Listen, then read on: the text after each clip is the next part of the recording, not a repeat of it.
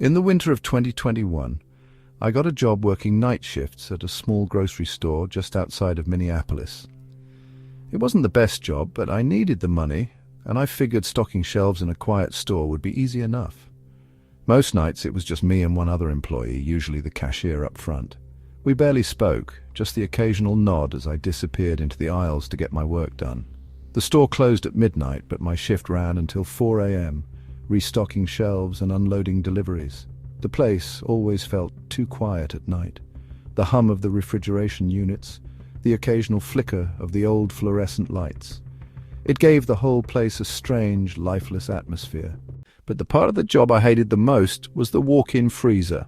The freezer was located in the back of the store, past the stockroom. It was massive, built decades ago with thick, dented metal doors and a manual latch lock. The inside was worse, cramped, dimly lit, and lined with metal shelves stacked with frozen goods. The cold felt unnatural, like it soaked into your bones, and the walls always seemed to hum slightly, like something was buried inside them. One night, around 2 a.m., I was restocking frozen meats when I heard a noise, a faint shuffling sound from deep inside the freezer, past the stacks of boxes. My body tensed. No one else was back here. The other employee never came near the stockroom, let alone the freezer. I told myself it was nothing. Maybe ice shifting, maybe a package slipping from a shelf, but as I stepped deeper into the freezer, the sound came again. A slow, deliberate scrape, like something dragging across the floor. My breath clouded in front of me as I turned the corner, flashlight in hand. The shelves created narrow corridors, and the further in I went, the colder it felt. I reached the back wall, scanning the shelves. Nothing, just frozen boxes and frost-covered walls. I exhaled, shaking my head, probably just my mind playing tricks on me. I turned to leave and stopped. There, in the frost on the metal wall, was a handprint, not a fresh one. Old, buried under layers of ice, streaked, like someone had dragged their fingers down the wall before disappearing. My chest tightened. I reached out, pressing my palm against the frozen imprint. It was too big to be mine. Then, just as I was about to step back, a breath, soft, close, behind me. I spun around, heart hammering. The freezer was empty, but the door, it was closing. I lunged forward, barely managing to grab the edge before it slammed shut. My pulse was roaring in my ears as I stumbled out, gasping for air. I didn't finish my shift that night. I told the cashier I was sick and left without explaining. But I couldn't get the image of that handprint out of my mind. The next day I confronted my manager about it. I expected him to laugh it off, maybe tell me it was just my imagination. Instead, his face went pale. He rubbed his temple and sighed, like he had been waiting for this conversation. Then he told me about the man in the freezer years ago, before the store changed ownership. A worker had gone missing during his shift. Security footage showed him walking into the freezer around midnight and never coming out. The cameras glitched around 2 a.m., and by the time they checked the freezer, he was gone. They never found a body, no forced exit, no explanation, just an empty freezer and a single set of fingerprints on the back wall. I quit that same week. But sometimes when I walk past an old grocery store, I still feel it, that unnatural cold, that hum in the air, like something is still waiting to be found.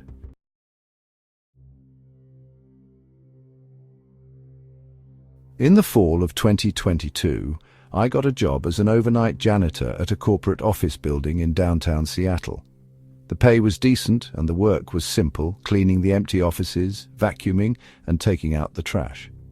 I liked the quiet. No demanding customers, no co-workers hovering over me, just me, my music, and the steady rhythm of cleaning. But after a few weeks, I started noticing little things that didn't make sense. Some nights I would leave a room spotless, only to return later and find a single chair pulled away from the desk, papers on the floor that hadn't been there before. The first few times I assumed I had just missed something. Maybe the night supervisor had come in to check on my work, but one night I locked up an office after finishing, took a short break, and when I came back, the door was wide open. The cameras weren't working that night. Conveniently, they were undergoing maintenance. I asked my manager about it the next day, but he just shrugged and told me not to worry about it. He avoided eye contact when he said it, and I could tell he knew something. A week later, things escalated. I was mopping one of the long hallways near the executive offices when I noticed something weird. One of the office doors had a light on inside. I knew for a fact that I had already cleaned that room. Everyone had gone home hours ago. but the lamp on the desk was glowing through the frosted glass. I hesitated before pushing the door open. The room was empty, but the computer screen was on. Lines of text scrolled across it, too fast for me to read. At first I thought it was some kind of coding program running in the background, until I saw what it actually was. Live security footage, but not from the building's cameras. The footage was of me, standing in that exact office. I could see myself right now on the screen. My breathing turned shallow as I slowly turned to look over my shoulder. There was nothing there. I grabbed my phone and snapped a picture of the monitor, needing proof that I wasn't losing my mind. But the second I did, the screen blinked off. The office lights flickered and the air suddenly felt too still. The only sound was my own breathing. I backed away, forcing myself to leave. The next morning, I checked my phone, desperate to see the picture again, but the photo was corrupt. Just black static where the image should have been. I went in that night telling myself I had imagined everything, but deep down I knew something was wrong with that building, and I was right, because that was the night I saw it. Around 3 a.m. I was vacuuming the top floor. The long hallway was lined with glass offices, all dark except for the red glow of exit signs. As I worked my way down the hall, I glanced at my reflection in the glass, and that's when I saw it, a man, standing in one of the offices, watching me. I spun around expecting to see someone there, but the office was empty. I turned back to the glass, my pulse racing. The reflection was still there, but now it was closer. I ran. I don't even remember how I got to the elevator, but I hit the ground floor in record time, rushing out into the cold night air. I called my manager and quit on the spot. I didn't care about the paycheck. I didn't care about anything except never stepping foot in that building again. A few days later, curiosity got the best of me. I looked up the history of the building. Nothing too strange, except for one article from the 90s. It was about an executive who had died in one of the offices after jumping from the top floor. The article had a grainy black and white photo of him. I felt my stomach drop, because it was the same man I had seen in the reflection.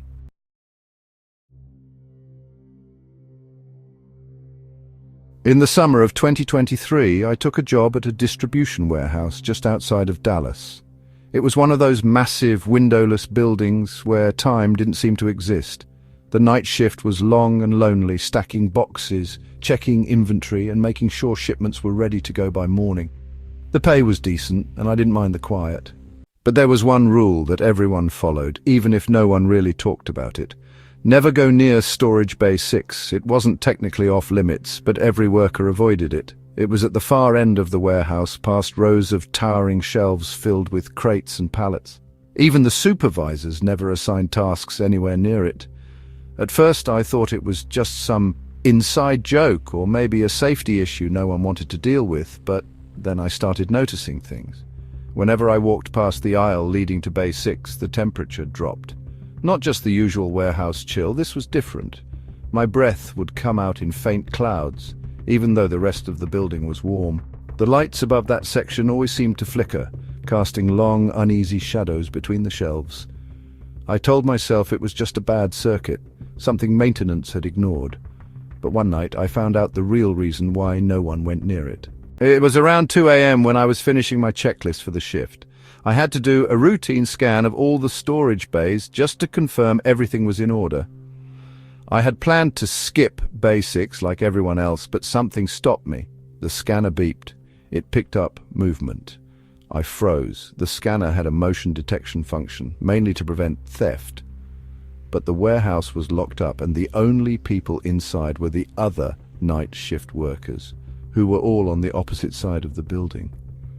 My hands felt clammy as I pointed the scanner toward Bay 6 again. Another beep. More movement. I should have ignored it. I should have just walked away.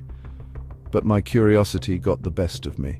Slowly, I stepped forward, making my way down the narrow aisle toward the bay. The air grew colder with every step. My breath came in shaky bursts as I reached the end of the aisle and turned the corner. The massive metal storage door to Bay 6 was slightly open. A sliver of darkness stretched beyond it, deeper than it should have been. My pulse hammered in my ears. I pulled out my flashlight and shined it inside. The beam barely cut through the darkness, revealing rows of old, dust-covered crates. These weren't normal shipments. They were ancient, the wood rotting, labels too faded to read. Then I noticed something even stranger. The crates weren't on the inventory logs. I swiped my scanner over one of them. Nothing. It was like they didn't exist. A sharp metallic smell filled my nose, making me gag. I turned to leave, but before I could take a step, a low, creaking sound came from inside the bay. I swung my flashlight back just in time to see one of the crates shift. Something inside was moving. Every muscle in my body locked up. The crate rattled again, harder this time. The wood groaned, splinters cracking. My instincts screamed at me to run, but my legs refused to move. Then the lid of the crate began to lift, not like it was being pushed open, but like something was pulling it from the inside. My breath hitched as a hand, thin, too long, too pale, slid out from beneath the lid. The fingers twitched, curling against the wood. Then another hand, and another, more than there should have been. The crate shook violently and the lid slammed onto the floor. I didn't wait. I turned and ran. My footsteps echoed through the empty aisles as I sprinted back toward the main section of the warehouse. Behind me I heard the unmistakable sound of wood shattering. Something had gotten out. I crashed through the break room door, gasping for air. One of my co-workers, Jason, looked up from his phone. His face went pale when he saw me. He didn't even have to ask. "You went to Bay 6, didn't you?" I nodded, still trying to catch my breath. He exhaled sharply and locked the break room door. Then in a low voice he told me what no one else would. Years ago, before the warehouse was bought by the company, it had belonged to a different business. A shipping company that mysteriously shut down overnight. The workers just vanished. No warnings, no records. The new company moved in and started fresh, but the old shipments were never removed.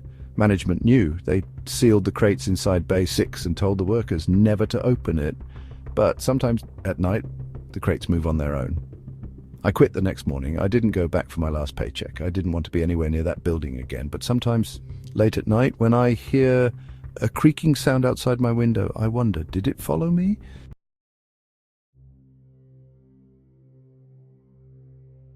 Some jobs come with more than just long hours. A freezer that never lets go, a reflection that shouldn't exist, and a warehouse hiding something unnatural.